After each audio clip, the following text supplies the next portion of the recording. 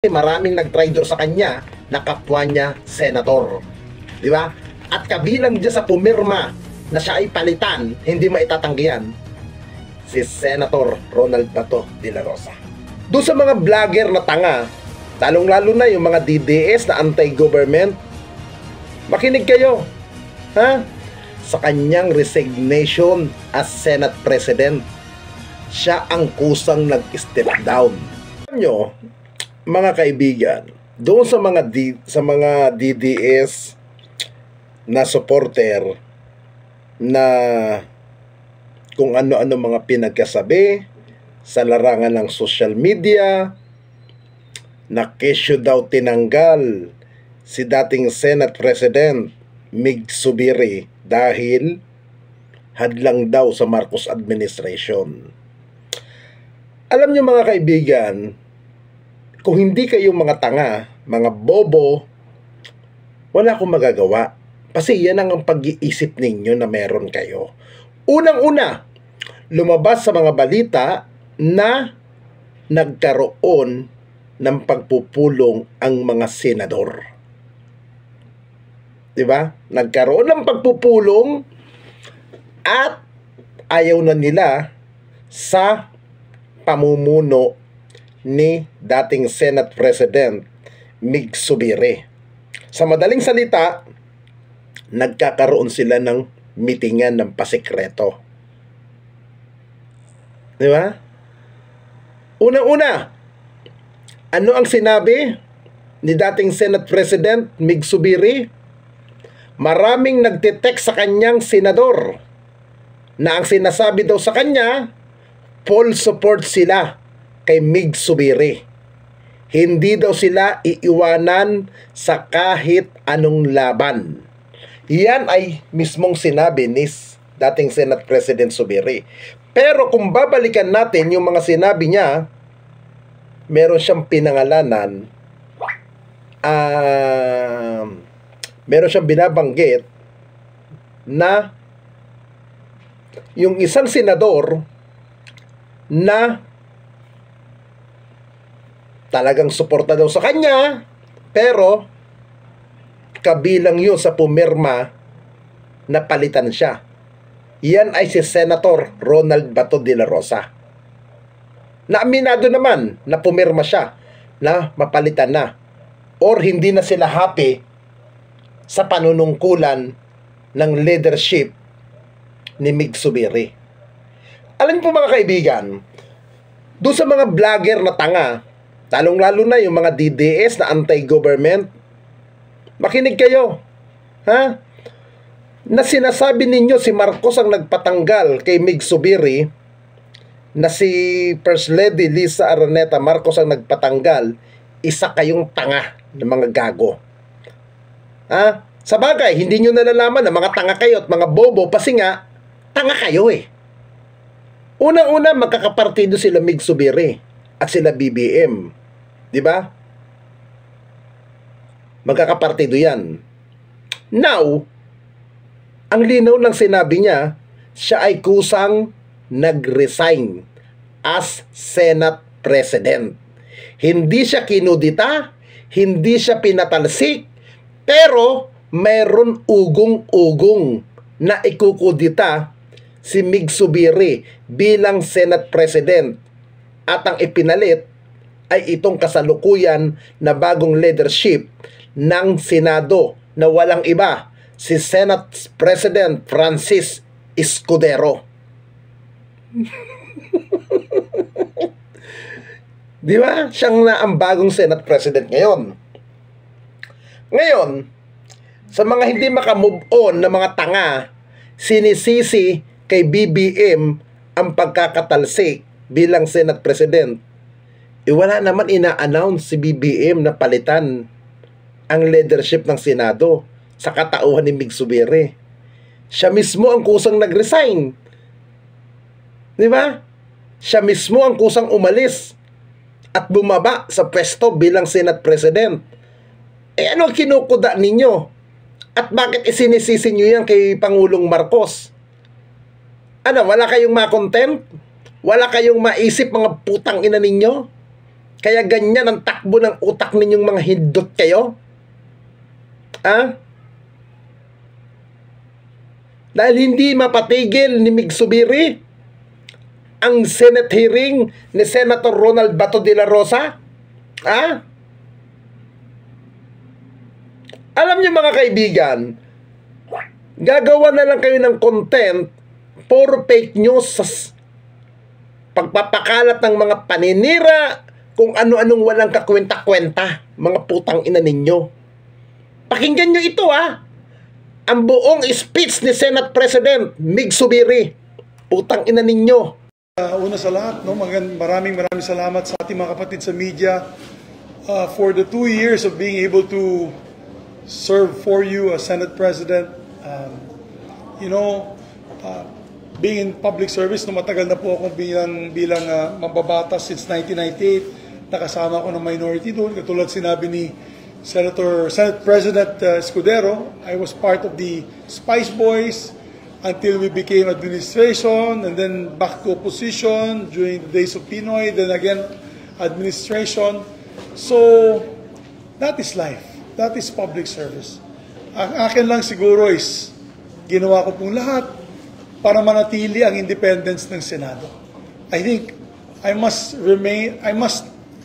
continue with my message that the Senate must always remain independent. And due to my strict adherence of the Senate remaining independent, maybe that could be the cause of my demise. Sabi ko nga nung sa hearing ni Senator Bato de la Rosa, marami nagalit sa akin sa dalawang panig dahil nga ako po yung naging patas sa dalawang panig at siguro maraming nagalit sa akin dahil dyan. Pero ginawa ko lang pong tungkulin ko bilang Senate President, which is to always keep the committee system strong and independent from any outside forces to dictate what should or should not be tackled in the committee system. So, I'm sorry if may mga ruffled feathers at may nagalit sa akin, pero ganun talaga ako. You may call me a Boy Scout, but I'm happy to oblige all the other members of the Senate that have passed before us. The likes of Joco Arroyo, Miriam Defensor Santiago, of course, those who also already retired, like Senator Frank Dillon, Senator Juan Ponce Enrile, kung saan talagang stickler for rules of the Senate, independence of the Senate, that the Senate remains the last bastion of democracy in our country. So I pray and hope that our dear Senate President Escudero, will uphold these ideals of the Senate that we've fought for many generations. I'd like to also congratulate Senate President Francis Escudero for his ascension to the Senate presidency. We will take a critical collaboration when it comes to measures that are needed by our country. So, as I said earlier, I had resigned as my post for Senate President. I'm an independent member of the Senate now. Mas maganda po yan para mananatili po tayo independente at mananatili po tayong patas sa lahat ng grupo. I also like to thank my team that also resigned with me, Senator Nancy Binay, Senator Joel Villanueva, my majority floor leader, Senator J.V. Ejercito, Senator Lauren Legarda, and Senator Sani Angara. And napasalamat din ako kay Senator Bato de la Rosa dahil ang balita ko talagang hindi po siya pumirma at nanatili po siyang kasama ko sa pinakahuli. So, yun lamang po. I'll take questions from the group. Thank you. Whose instructions did you not follow? Whose feathers did you ruffle? I'm only presuming that is the cause because maraming nagsabi sa akin, alam mo, tigil mo ng mga hearings, ganito, ganyan, para mahirap na magsalita. Ang sa akin lang is, I must have ruffled my feathers. I'm sorry, I must have ruffled other people's feathers from my independent stance in the Senate.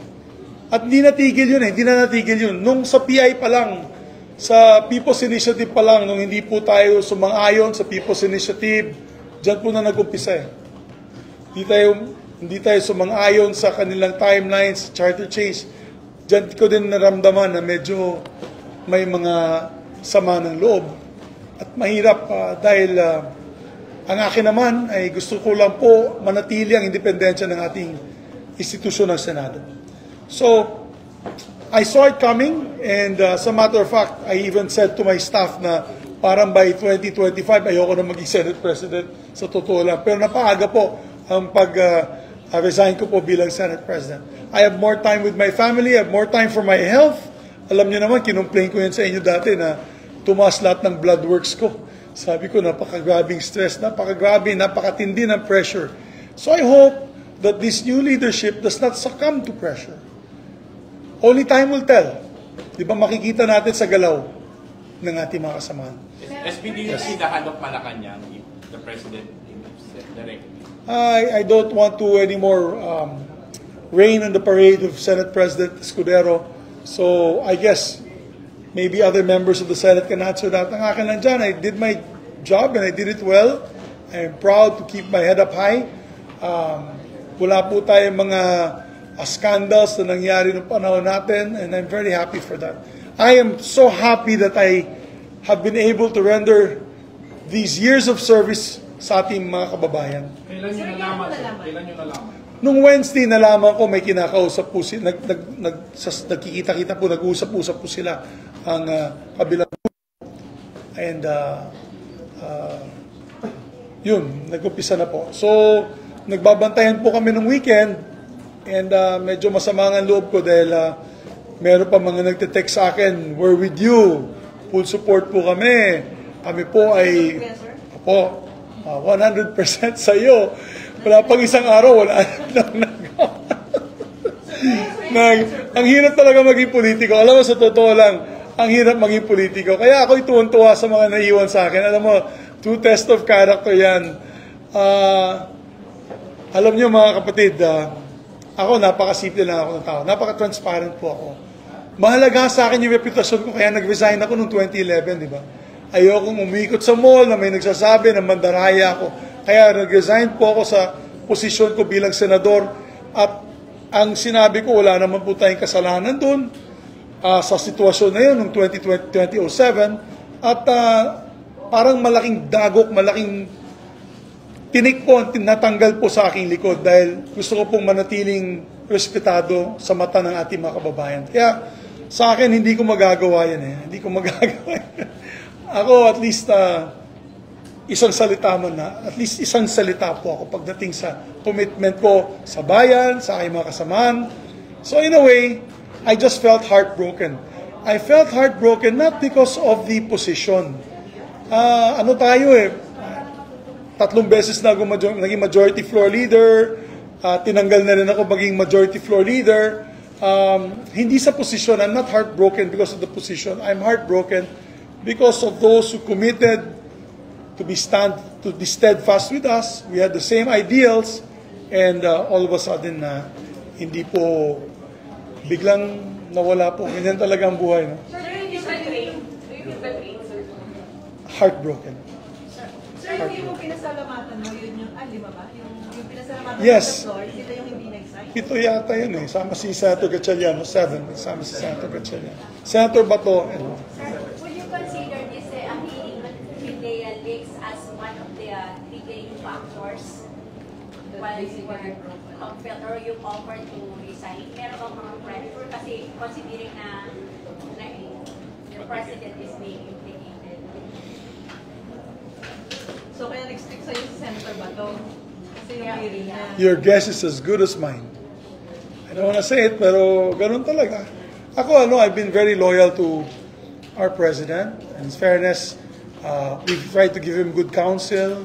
Kung sa PI, sinabihan ko po siya na masama po ito para sa ating bansa. Umpisa po ito ng kaguluhan. Di ko alam kung nakinig po siya sa akin o hindi. Ang akin lamang po dyan ay I try to give him good advice. Hindi yung rarara na ang galing mo, ikaw ang the best. Hindi tayo ganyan eh. We're always trying to give good advice. Not only to him, but to everyone else in the cabinet. And I think they know that. So, ang akin, if that's the consequence of, this is a consequence of my being independent, fighting for the institution, then so be it. I'm happy to step down as a independent member of this institution who maintain the traditions and the rules of this institution till the very end. Pero mananatili ba kayong kaalyado po ng administration or are you planning to transfer this to We will discuss this tonight.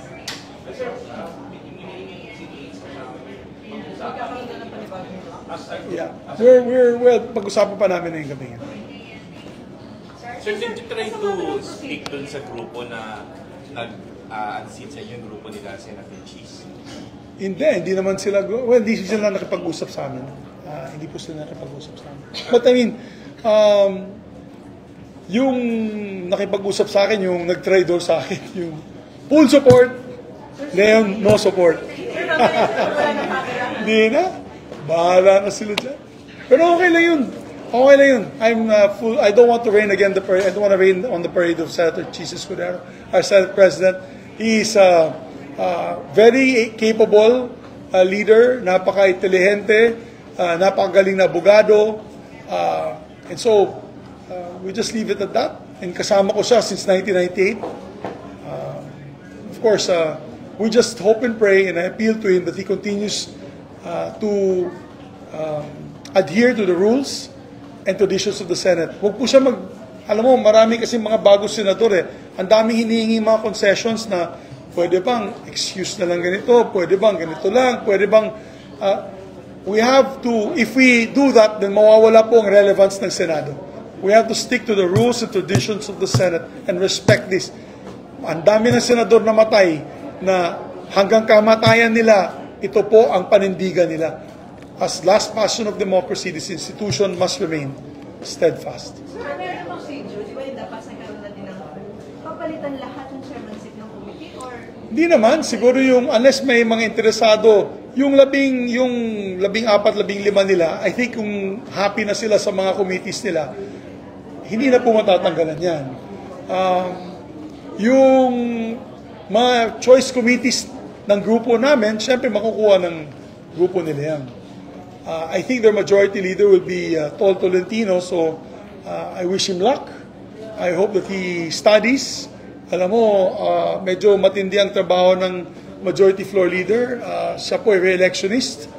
At yun, nakakagulat lang yung mga ibang kasama ni Senator Bato ay... Sir, have you received, during your presidency, have you received pressures coming from the palace? Kasi, di ba, sinabi mo kanina, medyo parang may mga sunod-sunuran ba? Na gusto yata sunod-sunuran kayo? Well, yung nga, alam mo naman, nag-umpisa nga yan, sabi ko nga, nag-umpisa yan ng People's Initiative. Ang gusto po nila ay sumunod na lang po ang Senado. At hindi po kami papayag nun. For one shining moment, the Senate was united in our stand against People's Initiative. But after that, the attacks began. So, alam niyo naman yun. Pangalawang co-attempt na to sa akin. So, mahirap ang trabaho maging Senate President. Thank you. Any regret? No regrets. I have no regrets. I am proud. Alam mo yung text messages ko na yun, napakaganda. I just like to read the message of I just like to make special mention yung binigay na mensahe sa akin. It means a lot to me. Mayor Benji Magalong, tinext niya ako. Good afternoon, Senate President Zubiri. I was saddened by today's turn of events. You have served as Senate President with honor and dignity that they cannot take away from you. You'll always have my utmost respect. Warmest regards, Mayor Benjamin Magalong. So, ganda, di ba? Yung nakakataba ng puso. I'm still a senator, guys. I'm not saying goodbye. I'm not resigning from my position as senator. I'll see you guys tomorrow and the next day. I have more time with you guys, pwede tayong kumain, and whatever role that we take, our group, front and center po kayong lahat. You'll know what will happen. How many senators does the other group have? Oh, I don't know. But 14 sila. 14 sila. Kasi 7 kami plus 2 in the minority, 9. 8 sinong 8? Ano? Sino yung 9? Yung kasama ko si Senator JV, myself, Senator Nancy, Senator Lauren, Senator Joel, Senator Sherwin, Senator Bato. 7. Sensani. Sensani, steadfast sa atin. 8. Plus 2 minority. So, 14 sila. Sir, how would this impact on the ongoing Chacha hearing? Wala na. Goodbye, Chacha. Ano mo? Kasi, Nag-resign na si Sunny Escudero. Si Sunny Angara. Nag-resign na po siya. Sir, paano yun? Paano yun? Wala na. We had to cancel, or it's all canceled. Alam niyo naman, si Senator Escudero, anti-Chacha. So, di ba? Openly is anti-Chacha. So, I hope the people that supported him know that. yun nga, sir, di ba? Parang if ever, Strange bedfellows. I always say this is strange bedfellows, di ba? So, okay lang. How about yung As far as we're concerned, the Chacha this week is dead. We don't have any Chacha hearings. and this Yung mga Senator priority. Bato, mawawalan din ang committee niya doon sa dangerous. Wala na si Morales. I'm sure Senator Bato de la Rosa will be taken out of his committee. I presume, no? Because isa sa mga punot dulo nitong nangyayari ito. yung ano po, SP, yung mga priority bills, yung pang priority bills. Well, ang dami. Alam mo, kaya nga request ko sa kanila ganito. Nag-request ko kasi ang gusto po nila, pag start ng session, change leadership kagad. Ang request ko lang sa kanila, guys, can at least preside bago magkagulo-gulo, can at least preside sa third reading approval of these measures. Para my last act as Senate President ay nagtatrabaho pa rin ako. So we did it, and we thank the new leadership for allowing me to preside in the approval of these like AFASA amendments to the tax code, I think. So at least I left working, ladies and gentlemen. We were able to pass these measures. Nung nag-thank you ka kay Senator Bato, naiyak siya. Sir, talaga siya emotional. O nagkausap kayo about this change of leadership? I told him, saludo ako sa kanya. He stood by me. And I told him, pare, may panindigan ka. You are a man of principle. Hindi siya takot, hindi siya natatakot. At saludo ako sa kanya. Saludo talaga ako sa Senator Bato. I hope he wins again for Senator. I will campaign for him actively.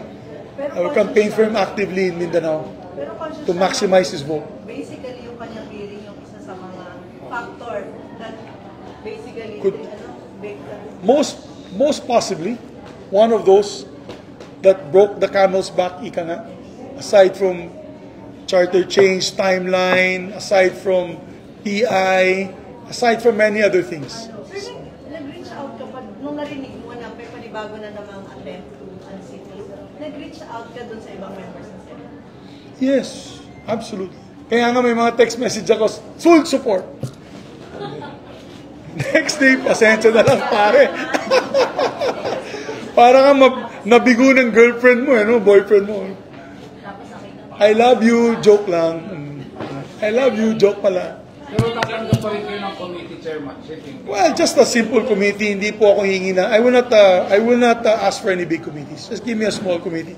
I don't mind getting back to committee cooperatives, which has been my committee from the very beginning. Wala po akong hinihingi malaking committee. Pagod na rin ako. I just want to help on these measures and help keep the institution independent. Yes. Well, may meeting nga kami tonight with the team. What our options will be. Ilan na yun, sir? 10? Before the break, for sure.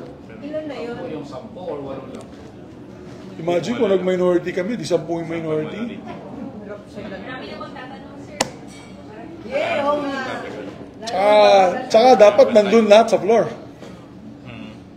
Di pwedeng tamad-tamaran. Alam mo, I am proud of my team because number one, this is the hardest working team. The last men to leave the floor is Senator JV, Senator Sunny, Senator Joel, ako, at si Lauren. Kami palagi, at Senator Sherwin, kami palagi na iiwan Hindi kami check attendance, alis. Alis na. Oo. Dami. Pero sino-sino nga yung... Kayo ng media kasi araw-araw dito naman kayo, nakikita nyo naman, no? Hindi ko naman babanggitin yun. Ang akin lang is, I hope we have the biggest, the most hardworking team. So I think it will be a big loss for legislation, but I'm hoping that my colleagues will step up. The 14 will step up. We'll be watching. Thank you guys. Mabuhay kayo. I love you guys. Thank you. See? Napakinggan ninyo yung sinabi ni dating Senate President Mig Zubiri sa kanyang statement, sa kanyang resignation as Senate President. Siya ang kusang nag-step down. Masama ang loob niya kasi maraming nag-traitor sa kanya na kapwa niya senator. Di ba? At kabilang dyan sa pumirma na siya ay palitan, hindi maitatanggihan, si Senator Ronald Bato de la Rosa. Kaya nga ang naupo na Senate President ay si Senator Francis Escudero. Kayo, mga putang ina ninyo na mga DDS na tangat, mga bobo, sinisisi ninyo sa Marcos administration ang pagkakabagsak ni Zubiri. Anong kinalaman ni Pangulong Marcos dyan? Ano ang kinalaman? Wala ngang ginagawa ang Marcos administration. Hindi siya nakikialam sa Senado. Tapos gusto ninyo isisi kay Pangulong Marcos. Ang linaw ng sinabi ni Mig Zubiri. Resignation siya. Hindi siya pinatalsik. Hindi sinabi ni Pangulong Marcos. Tapos kayong mga tanga, ibinibintang ninyo sa kasalukuyang administrasyon. Mga talaga palang tanga kayo. 10 kayo ng mga bobo na mga DDS vlogger at kontra sa gobyerno. Mga buwaka ng ina ninyo.